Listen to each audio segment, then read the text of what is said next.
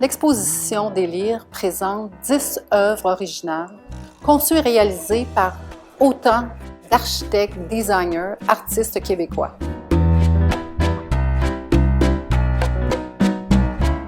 S'inspirant des coups de cœur littéraires des personnalités ayant participé à la Bibliothèque 2, chacun d'entre eux vous propose une œuvre distincte.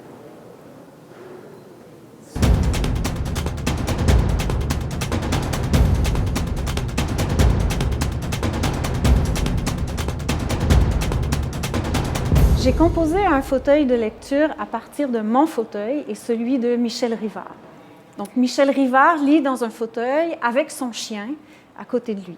Je lis dans mon fauteuil avec mon chat à côté de moi. J'ai composé un fauteuil avec les deux fauteuils qui s'appelle « Comme chien et chat ».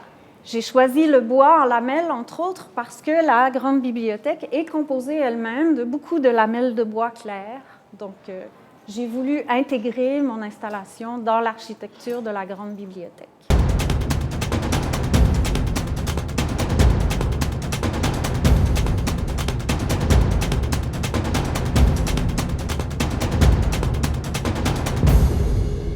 Ma pièce s'appelle L'étourdisseur numéro 4. Il s'agit de mots qui vont trop vite pour être lus sous 150 loupes des lentilles. Ça rend la lecture un peu impossible. Ça parle de notre monde qui va trop vite, du temps qu'on n'a pas pour lire finalement.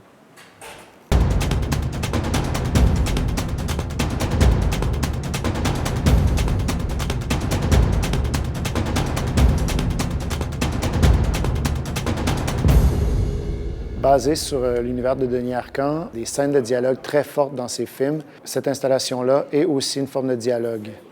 Les livres sont positionnés face à face, côte à côte, et l'idée, c'est d'inviter les gens à les consulter en groupe. C'était en effet de travailler sur la symbolique du miroir, la multiplication du regard, la confusion qu'on peut avoir quand on pénètre dans une œuvre littéraire. Il s'agissait finalement qu'on se perde dans cette installation-ci comme on se perd, si on veut, dans une œuvre littéraire. Pour moi, Christiane Charette, c'est une intervieweuse. La première idée, c'était un love seat, donc un siège qui nous place à peu près dans cette position-là. Mais quand j'ai appelé Christiane pour lui demander dans quel contexte elle lisait, elle m'a parlé de son escalier. Elle s'installe dans son escalier pour travailler avec ses livres, ses papiers, ses crayons. Et donc, je me suis dit, je vais faire une causeuse escalier. Donc, ça a donné cette chose-là. Ce que j'ai voulu faire, c'est un peu symboliser l'idée du conteur, peut-être le lien parent-enfant, donc un personnage plus grand que nature aussi, faire référence à l'univers de Fred Pellerin en lien peut-être avec Ézy Mézac, le personnage du forgeron qui avait une ombre très grande. C'est la bibliothèque de Daniel Lemire. Daniel Lemire, il aime ça se mettre en scène. J'ai mis ses personnages dans différentes scènes qui représentent ses lectures. Les 10 livres qui étaient dans la liste de Marc Labrèche, je les ai lus. Je les ai lus tous les 10. Et ce que j'ai essayé de faire, c'est que chacun des livres, j'ai essayé de le placer à la lumière de ce que Marc Labrèche racontait, de les placer dans un écrin, chacun dans son espace. Il y a par exemple le Musset, qui est le livre inaccessible, la pièce impossible à monter.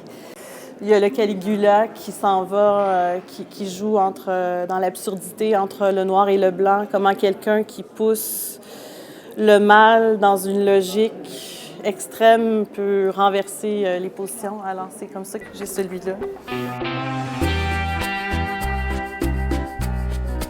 J'ai transposé ça dans une archéologie du futur. Parce qu'évidemment, l'idée s'est imposée dès le départ pour moi. Quand on m'a dit un cercle de 8 pieds, Boucardio, c'est sûr que c'est une hutte.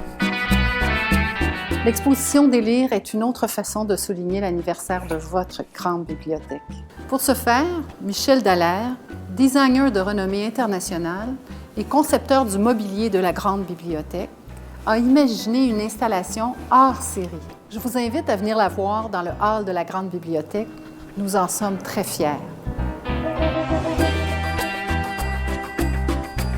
J'avais proposé que chaque artiste, chaque designer, doit s'inscrire sur une surface de 8 pieds de diamètre.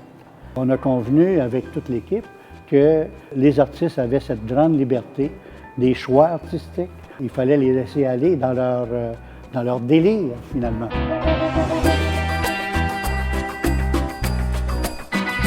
Toute l'idée de ce meuble, ça vient de l'expression visuelle du meuble qui a été fait pour l'ensemble de l'édifice. Tous les panneaux sont pliés. C'est un contreplaqué moulé, mais mécaniquement. Bien que ce soit de l'ébénisterie numérique, on avait besoin de gens de grand talent pour pouvoir maîtriser les formes et les assemblages de tous ces courbes. C'est très, très difficile de réaliser un mobilier comme celui-ci. J'ai déjà été jeune servant de messe. Alors, il y a un petit côté église dans ce banc. On est assis en rangée comme ça, puis on écoute. Ici, ce sera plutôt se concentrer sur un livre, choisir un livre et le consulter.